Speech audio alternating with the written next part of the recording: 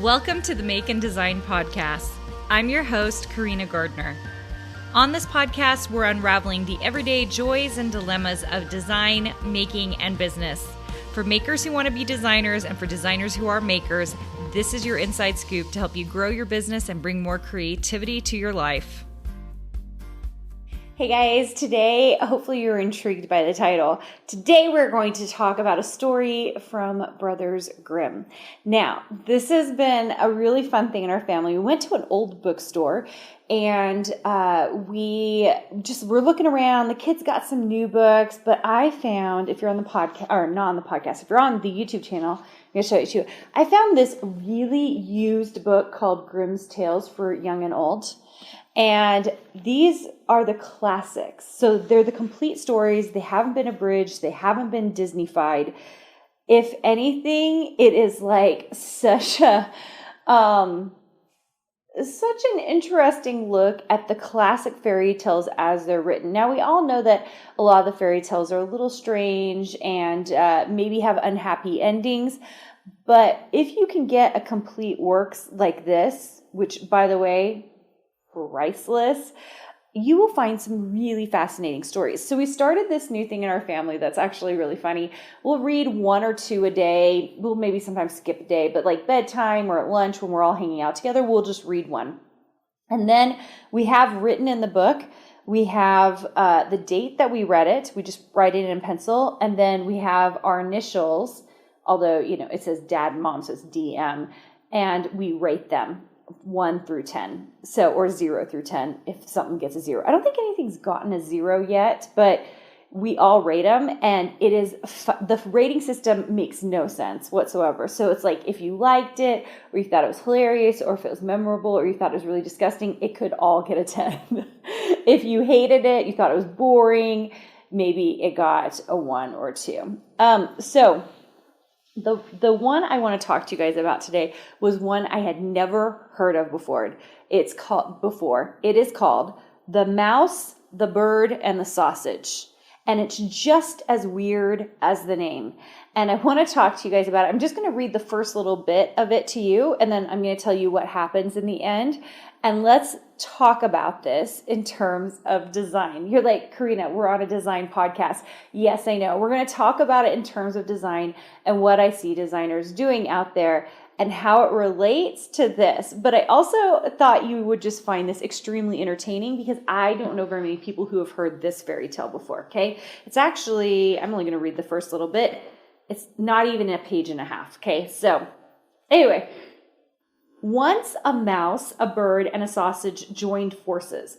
Now the first thing, I'm going to just intercept here. The first thing I question is why do we have a live thing, and then a piece of sausage?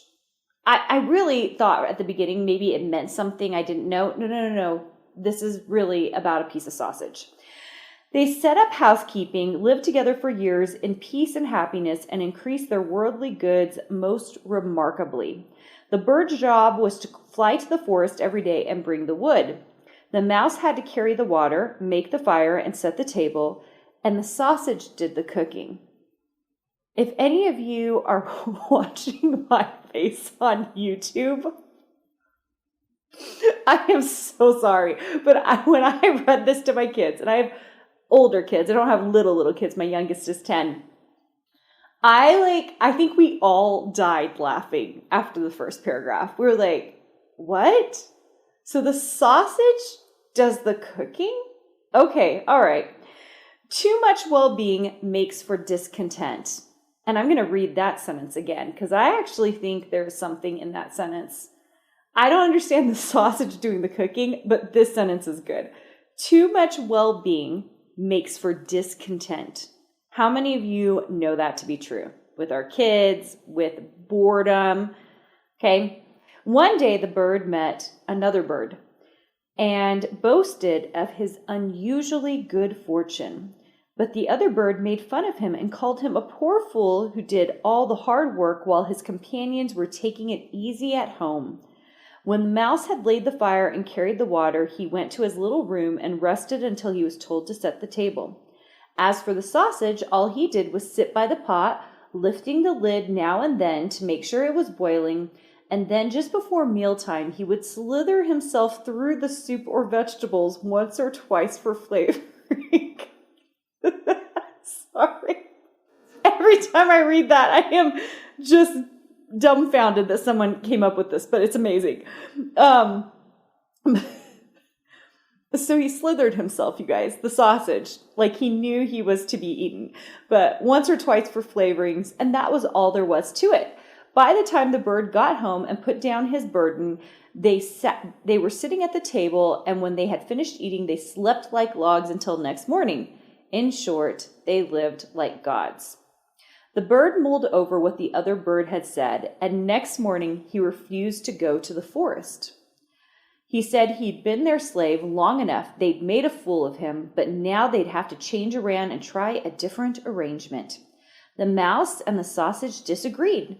They argued tooth and nail, but the bird got his way, and they had to give his idea a try. They drew lots, and the way it fell out, the sausage had to get the wood, the mouse became the cook, and the bird had to carry the water. Now, I'm going to stop there for a second. I am going to read the end because, come on, if you are not intrigued, there's all kinds of shenanigans here, right? But what I find very interesting about this is that another bird comes and tells this bird that he is a fool. This bird, before this other bird, comes and tells him he's a fool, he feels like they're living an amazing life. The three of them have a great system down. They're all eating well. They're all living well. They sleep like logs at night. I mean, what more would you want if you were a mouse, a bird, or a sausage, right? But this other bird who doesn't have the same circumstances, comes in and basically, chides this other bird for what he's doing and makes a judgment on him. And because of that judgment, the bird decides to change what is working very well. How many times in our design life does this happen? Someone your mom, your dad, a spouse, a best friend, comes and tells you what you're doing is foolish. That what you're doing, you don't think you'll ever make money doing. They pass judgment on what you're doing. They say your artwork isn't good, or they maybe say your artwork is really good, but who would buy it, right? So they pass all these judgments, and you, like the bird who's actually in a great situation, you're learning design, you're going for big dreams, you're doing some amazing things.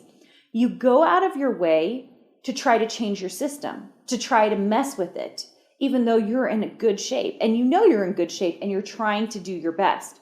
How many of you listen to the outside judgment of people who are not in your situation, who are not going for your big dreams and goals? I guarantee this other bird who told the one that was doing pretty well that he was a fool was every day trying to figure out how to make food for himself, was trying every day, struggling to get his stuff done.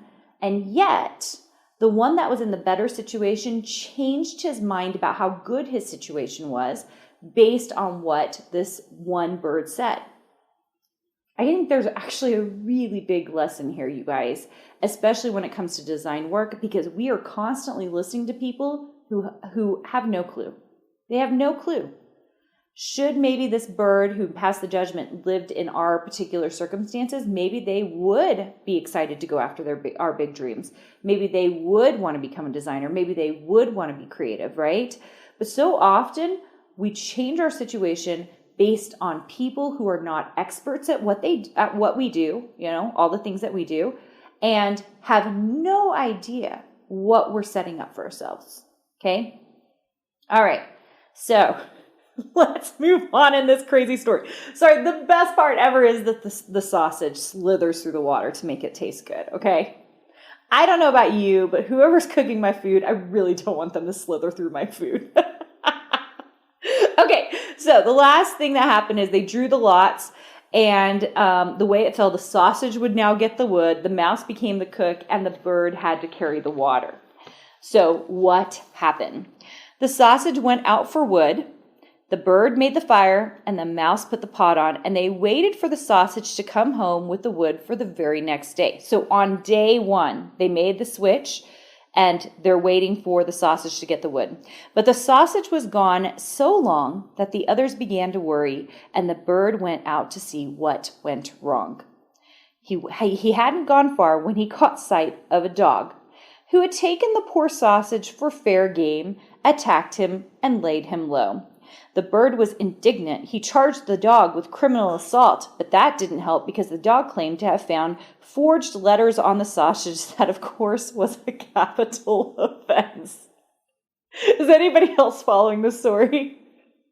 The dog ate the sausage, which seems natural, but he is saying that, that the sausage had letters on him, which was a capital offense. Okay.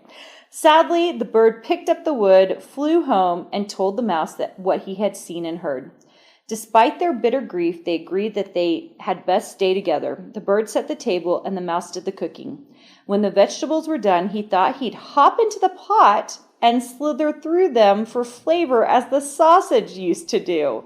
But he was stopped short before he even got to the middle, and there he left his hair, hide, and life. So the mouse tried to do exactly what the sausage used to do in exactly the way the sausage was doing it. And instead of making the food taste better, he died. Let's talk about that in a second. Last paragraph. When the bird got ready to serve the meal, the cook was gone. In consternation, the bird rummaged through the wood, searched and called, but the cook was nowhere to be found. What with the bird's carelessness, the wood caught fire and the whole place went up in flames. The bird hurried out for water, but the bucket slipped and fell into the well. The bird fell with it and couldn't stop himself, so he drowned. And that is the end of that story. So, a couple of things there we can talk about. Let's talk about how very often, one of the things I do on this podcast is I try to talk to you guys about design, not in generalizations, but I don't get into the specifics. And there's a reason for that. The reason is because the way that everybody does it will be a little different. Sure, there are certain things, and these are the things we teach in our program, that the algorithm favors. We know which shops are doing well because we have, insider information on that for those of us who have been working in the industry for a while. But in terms of the way we do things, we have to be careful that we are not choosing to do something exactly the way someone else is doing it just because that's the way they've done it. That is not a good reason. For the mouse, it killed him. For the sausage, apparently it was just easy peasy to slither through that water. Sorry, you guys.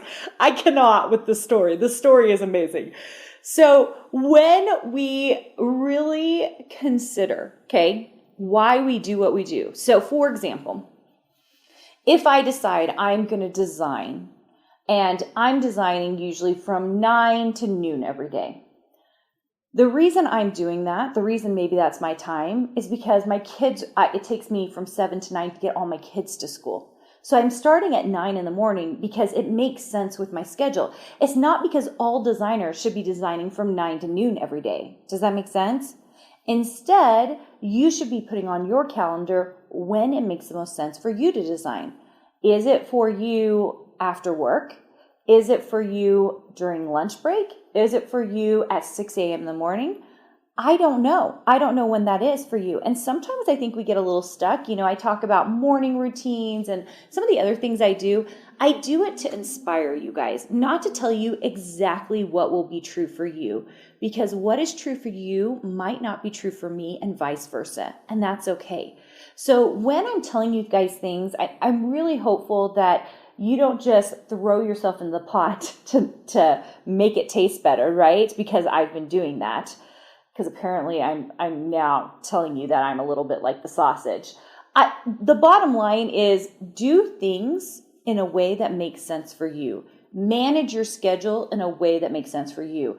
Fulfill your design process the way that makes sense for you. One of the things I talk about in my book, Design, Profit, and Prosper, which, by the way, you can get on Amazon, and if you've not read, I highly recommend you read, is I talk about using the design process model to really get through and understand, how to plan your week. Now, for me, for years, my system was a weekly plan. I tended to always do design work on Monday, Tuesday, Wednesday. I would spend time Wednesday, Thursday in production, making videos, customer care, and Friday and Saturday were days that I uploaded. That was just the way I did it, and it was due to my kids' schedule, it was due to my husband's work schedule. That's what made sense for me, and I like doing things in batches because it helps me and my brain work through things. For you, it might be totally different. Maybe you are going through the design process model on a daily basis, not a weekly. For some of you, maybe it's all a monthly basis. So what I am trying to tell you is don't follow the rules just because they're rules. You follow the rules if it makes sense for you and you have used your critical thinking skills to figure out if that way you plan your design work is going to make sense for you. All right? I'm sure we could get into depth more about the story. It was very short, right? But there's some crazy lessons in here, other than the fact that I have great confusion about whoever the author of this was, who was like, I have an idea. It's going to be a bird, a mouse, and a sausage. But other than that, the lessons here, there's some good lessons here. I hope you enjoyed that. I love hanging out with you. Thank you for hanging out with me on YouTube and the podcast. If you are interested in Design Suite, that's what we do. We are really interested in making you a profitable designer. I highly recommend that you, one, come to a design boot camp. They're really inexpensive for a week-long training. You can watch them on your own timeline. Their videos set up. We have like a 10-day period or session for you to watch them in, and you can watch them anytime during that 10-day period. I promise it's plenty of time. Or number two, go check out my book, Design, Profit, and Prosper, which you can find on Amazon. If you are wanting a direct link, just go to designprofitprosper.com. Go click there, and that will give you the Amazon link if you want to learn a little bit more about that. Anyway, hope you guys are doing good, and I will see you soon. Hey, did you know that you can visit me at makeanddesign.com to learn more about this podcast and join my VIP group for weekly freebies? I can't wait to see you there.